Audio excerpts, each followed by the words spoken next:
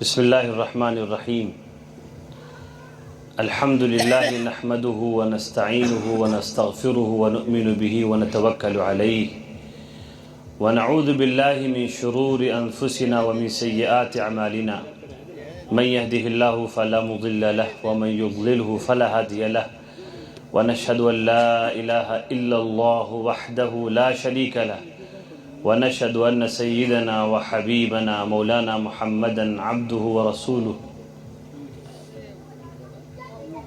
صلى الله وسلم عليه وعلى آله وأصحابه وعلى كل من اتبعه بإحسان إلى يوم الدين.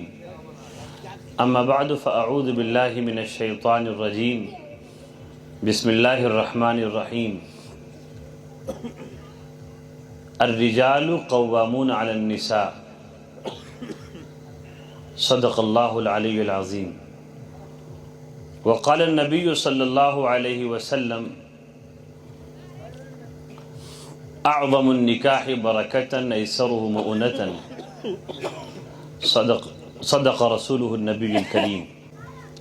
شادی کے موقع پر لوگ خوشی کے موقع پر دین کی باتیں سن لیں، شادی کے موقع پر کیا کرنا چاہیے کیا نہیں کرنا چاہیے لوگوں کے ذہن میں بات پہنچ جائے، اس لیے یہ پروگرام منعقد ہوتا چلا آیا ہے بہت سے لوگوں کے یہاں. امید ہے کہ عورتیں بھی بات بغور سنیں گی، کیونکہ اصل خطاب انہی سے ہونا ہے. نکاح جو ہے جب ہوتا ہے تو ایسی جگہوں پر ہوتا ہے جہاں پہ عورتیں نہیں آ پاتی، کچھ ضروری باتیں وہاں پہ عرض کی جاتی ہیں تو وہ سن نہیں پاتی. وہی باتیں میں یہاں پہ عرض کروں گا کچھ تفصیل کے ساتھ میں. دیکھیں، نکاح یہ بہت ضروری بھی ہے، انسان کی ضرورت بھی ہے، اور ایک عبادت بھی ہے، اللہ تعالیٰ کا حکم بھی ہے.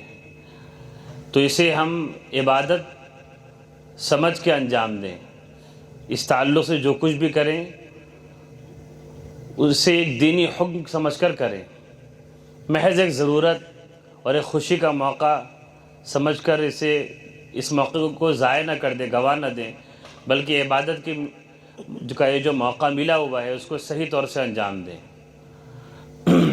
اللہ کے رسول صلی اللہ علیہ وسلم نے ارشاد فرمایا کہ ہر نبی کی 4 سنتیں ہیں، یعنی 4 ایسی چیزیں ہیں جو ہر نبی نے کی ہیں. ہر نبی باحیا ہوتا تھا، اور میں پہلے اس پہ عرض کر چکا ہوں بہت تفصیل سے. ہر نبی باحیا ہوتا تھا، اس کے اندر حیا اور شرم ہوتی تھی، شرم کرنے والے ہوتے تھے، شرمیلے ہوتے تھے. ہر نبی خوشبو پسند کرنے والے ہوتے تھے، بدبو انہیں بہت ناپسند ہوتی تھی. ہر انسان کو بدبو ناپسند ہوتی ہے آپ سوچیں گے، پر ایسا نہیں ہے. کچھ لوگ ایسے جو بدبو میں رہ سکتے ہیں، اور کچھ ایسے ہوتے ہیں جو بدبو محسوس بھی نہیں کرتے. ہر آدمی کا احساس ایک جیسا نہیں ہوتا. کچھ لوگ ذکی الحس ہوتے ہیں، بہت تیز احساس ان کا ہوتا ہے.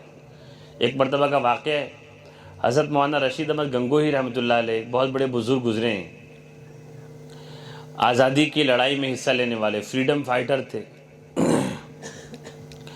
تو آج سے 150 سال پہلے کی بات ہے. تو وہ غالباً جمعہ کا بیان چل رہا تھا یا ایسی کوئی مجلس تھی، بہت مجمع مسجد میں اکٹھا تھا. اور جب بیان ہو گیا، مجلس پوری ہو گئی، تو سب لوگ مسافے کے لیے ٹوٹ پڑے. اس علاقے میں لوگ بزرگوں کی بڑی قدر کرتے ہیں، مغربی یو پی کا واقعہ ہے، وہاں کے لوگ جذباتی ہوتے ہیں. تو بہت بھیڑ تھی، لوگ تھے، مسافہ کر رہے تھے. تو حضرت نے کہا کہ یہاں پر ایک بچہ ہے، کوئی بچہ ہے دیکھو. تو لوگوں نے، حضرت یہاں بچہ کہاں سے ہے؟ یہاں تو بچہ نہیں ہے، کوئی سب بڑے لوگ ہیں. نہیں بولا بچے ہیں. حضرت نے دیکھا نہیں، تو دیکھا گیا کہ ہاں بھیڑ میں بچہ دب رہا تھا. تو کیسے محسوس کر لیا؟ ایسا تو ہے نہیں کہ کشف ہو گیا، ایسا نہیں تھا، بلکہ بچے کی مہک آ گئی. اتنا تیز احساس تھا ان کا، ذکی الحس. تو سارے نبی بڑے ذکی الحس ہوتے تھے، انہیں بدبو برداشت نہیں ہوتی تھی. اس لیے آپ نے سنا ہوا ہے کہ مسجد میں جب نماز پڑھنے جائے تو کچی پیاز کھا کے نہ جائے، کیوں نہیں؟ کچی پیاز تو ہم کھاتے رہتے ہیں سلاد کے اندر، اور ہم لوگ کو کچھ پتہ بھی نہیں چلتا، محسوس بھی نہیں ہوتا۔ کیوں؟ اس لیے کہ نبی پاک حضرت محمد مصطفیٰ صلی اللہ علیہ وسلم کو پیاز کی بدبو ناپسند تھی، تو مسجد میں کوئی اگر پیاز کھا کے آتا تو حضور اسے محسوس کرتے، حالانکہ حضور تو امامت کرتے تھے، آگے کھڑے ہوتے، اور حضور سنت گھر میں پڑھتے تھے، تو لوگ تو مسجد تو بڑی، اس میں بھیڑ ہے، لیکن اسے محسوس کر لیتے تھے اور تکلیف ہوتی تھی۔ تو حضور کا احساس بہت ذکی تھا، بہت جلدی چیزوں کو بھانپ لیتے، سونگھ لیتے۔ پسینہ جمعہ کے دن نہانا مسنون ہے، خاص طور سے نہایا جاتا ہے۔ وہ اس لیے نہایا جاتا ہے کہ حضور کے زمانے میں مسجد کی چھت بہت نیچی تھی، تو مدینہ منورہ پورے عرب میں ہی گرمی بہت زیادہ ابھی بھی پڑتی ہے، تو لوگ صبح سے ہی جمعہ کی فضیلت کے لیے کہ جتنا جلدی پہنچیں گے اتنا زیادہ ثواب ملے گا، لوگ فوراً بس فجر پڑھ کے کوئی پہنچ رہا ہے، کوئی 8 بجے پہنچ رہا ہے، یعنی اگر وقت ہوتا تو یہ اندازہ لگتا، بہت جلدی بھیڑ لگ جاتی، جگہ نہیں ہوتی، کھچا کھچ بھر جاتی، پسینہ ہوتا لوگوں کو، اور کوئی 2 دن کا نہایا، کوئی 3 دن کا نہایا تو بدبو پھیلتی، تو حضور نے کہا کہ نہا کے آیا کرو۔ تو نبیوں کا احساس بہت تیز ہوتا ہے، تو ہر نبی خوشبو کو پسند کرنے والا ہوتا تھا، دوسری چیز۔ اور تیسری چیز ہے مسواک، منہ کا صاف رکھنا۔ اس میں بھی میں بہت تفصیل سے پچھلی بار وہاں پہ عرض کر چکا ہوں کہ مسواک ہر نبی کی سنت ہے، منہ کا صاف رکھنا۔ کچھ لوگ ہوتے ہیں جو منہ سے بہت بدبو آتی ہے، عربی زبان ہے بہت وائڈ لینگویج ہے، بہت ہی وسیع زبان ہے، ایسی کوئی زبان دنیا میں نہیں ہے۔ صرف اس لیے نہیں کہ وہ قرآن کی زبان ہے تو تعریف کی جائے گی، یہ حقیقت ہے کہ عربی زبان کی جو وسعت، کیونکہ میں اسے پڑھا ہوا ہوں، عربی زبان کی وسعت کسی زبان میں نہیں ہے۔ فرینچ زبان کو بہت بڑا کہا جاتا ہے کہ فرانسیسی زبان بہت وسیع ہے، اس کی ڈکشنری بہت بڑی ہوتی ہے، پر عربی جیسی کوئی زبان نہیں ہے۔ تو عربی زبان میں منہ کی بدبو والے شخص کا، عربی لوگ جو ہوتے تھے وہ چھوٹے چھوٹے عیبوں پر نام رکھ دیتے تھے، تو جس کے منہ سے بدبو آتی باقاعدہ اس کا بھی نام رکھ دیتے، یعنی اتنی بری چیز ہوتی تھی جس کو معاشرے میں نمایاں سمجھا جاتا کہ یہ بڑی بری چیز ہے۔ تو میں بھی دیکھتا ہوں بہت سے لوگوں کے منہ سے بدبو آتی ہے، اسلام میں بہت ناپسندیدہ ہے۔ ہر نماز کے لیے وضو کرنے کے وقت دانت کو صاف کرنے کا حکم ہے، مسواک کرنے کا حکم ہے، اور منہ کی صفائی صحت کے لیے بہت ضروری ہے۔ تو یہ 3 چیزیں ایسی جو ہر نبی نے کی۔ چوتھی چیز نکاح ہر نبی نے کیا، ایک نبی کو چھوڑ کر ہر نبی نے نکاح کیا ہے۔ خود نبی پاک صلی اللہ علیہ وسلم نے بہت سارے نکاح کیے، تو نکاح شریعت کا حکم ہے۔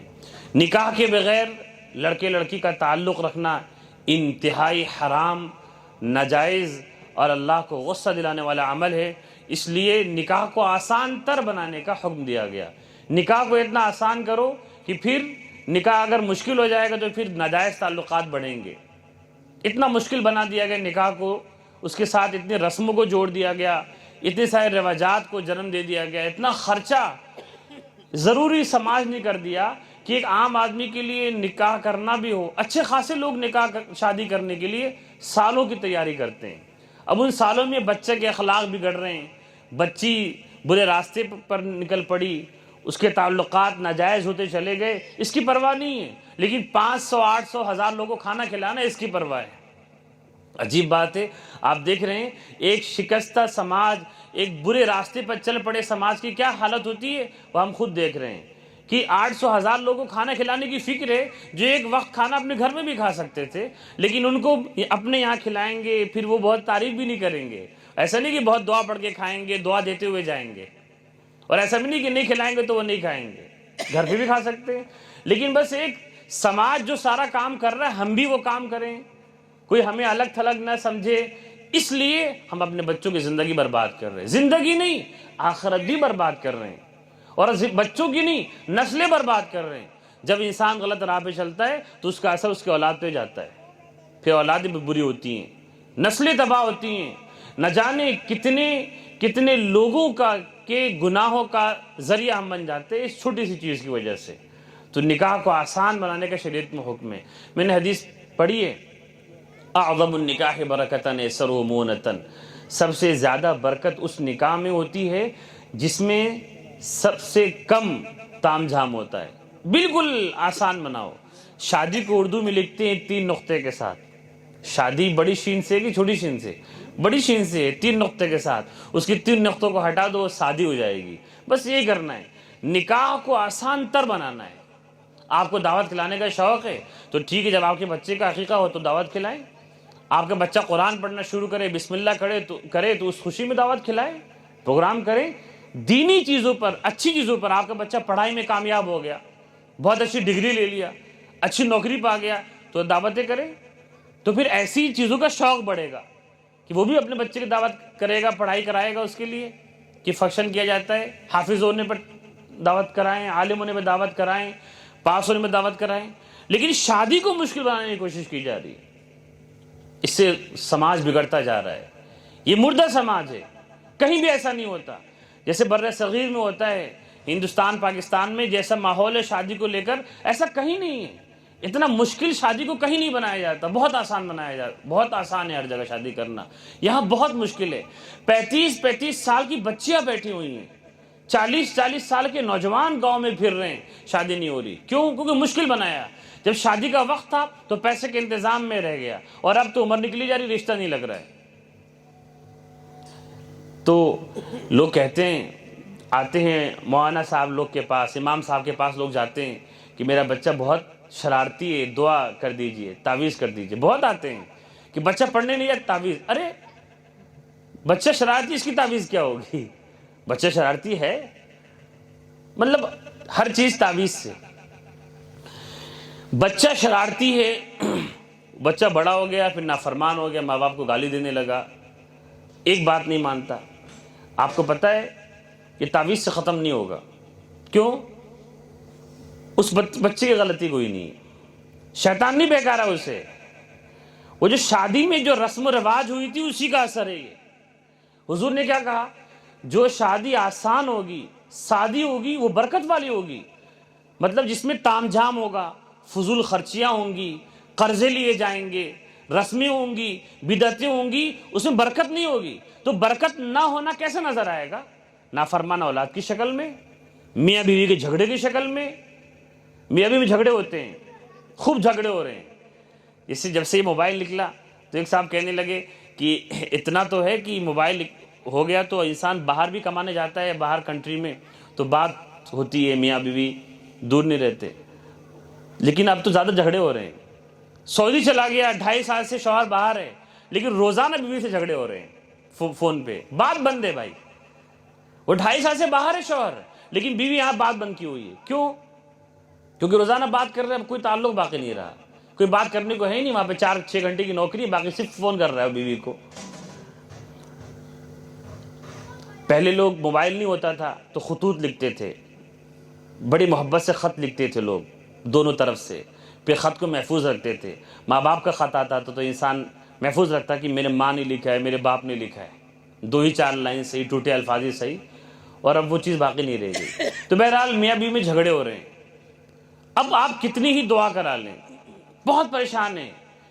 وہ وجہ تو ختم نہیں کیا آپ نے. وجہ شادی تھی. حضور کا ارشاد ہے، صلی اللہ علیہ وسلم کا ارشاد ہے کہ جس شادی میں بدعتیں ہوں گی، رسم و رواج ہوں گے، فضول خرچیاں ہوں گی، تام جام ہوگا، اس میں برکت نہیں ہوگی. تو برکت نہیں ہونا کہاں نظر آئے گا؟ وہی آپسی جھگڑے کی شکل میں نظر آئے گا، اولاد نافرمان ہوگی نظر آئے گا، ساس بہو کے رشتے خراب ہوگے نظر آئے گا.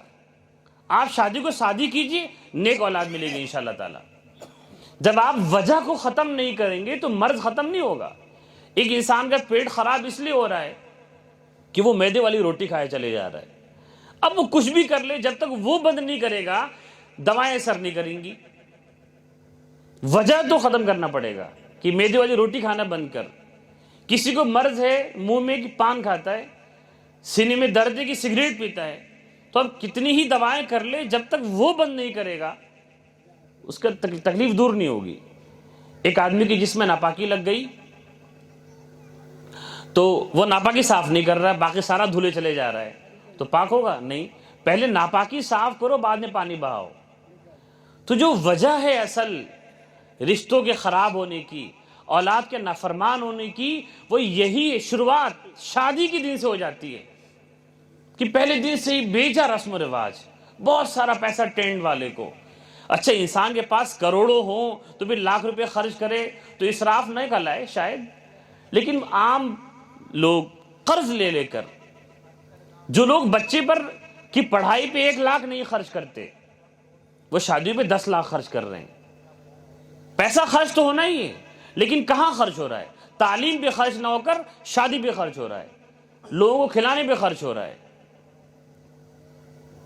اور پھر اس کھلانے کے بدلے میں کوئی تعریف بھی نہیں مل رہی ہے۔ اگر آپ دعوت لمبی نہ کریں، رسم و رواج نہ کریں، بہت زیادہ بیجا فضول خرچ نہ کریں، تو کوئی برائی نہیں کرے گا آپ کی۔ 1-2 دن لوگ بولیں گے پھر بھول جائیں گے، جسے تعریف بھی کرنے والے 1 ہی 2 دن کرتے ہیں۔ اس لیے شادی کو آسان بنانے کی ضرورت ہے، بہت سادی بنائیے اس کو۔ ایسے گھروں کو دیکھا ہے، ایسے بڑے بڑے رئیسوں کو دیکھا ہوگا آپ نے کہ سنت کی زندگی اپنا لی انہوں نے، کہ جو کرنا ہے اسلام کے مطابق کرنا ہے۔ تو بہت پیسے والے لوگ ہیں، اربوں پتی ہیں، ارب پتی لوگ ہیں، لیکن ولیمے کے نام پر ٹینٹ بھی نہیں لگا، کچھ بھی نہیں۔ میں ایسے لوگوں سے واقف ہوں، ٹینٹ بھی نہیں لگا ہی نہیں کہ شادی ہو رہی ہے، بس کسی ادارے میں دے دیا پیسہ کہ وہاں مطبخ میں کھانا بن جائے، سب لوگ کھا لیں، نیک لوگ کھانا کھا لیں بس، اور گھر کے رشتہ دار جمع ہو گئے، گھر میں کھانا کھا لیے، تو کھانا نیک لوگ کھائے تو ثواب بھی ملے گا، زیادہ اچھی۔ ایسا بھی دیکھا ہے کہ وہ بھی نہیں ہوا، نکاح ہوا اور کھجور تقسیم ہو گئی، کیونکہ حضور پاک صلی اللہ علیہ وسلم کا ولیمہ بھی کھجور پر ہو چکا ہے، ہر ولیمے میں گوشت نہیں ہوتا تھا۔ ولیمے کی سنت تو لوگوں کو بہت یاد ہے، لیکن ولیمے کی سنت کی دعوت میں نماز فرض چھوڑ دیتے ہیں، مطلب ولیمے کی سنت پر عمل نہیں کرنا چاہ رہا ہے، بس دعوت کا شوق ہے، اسے سنت کا عنوان لگا رہا ہے بس۔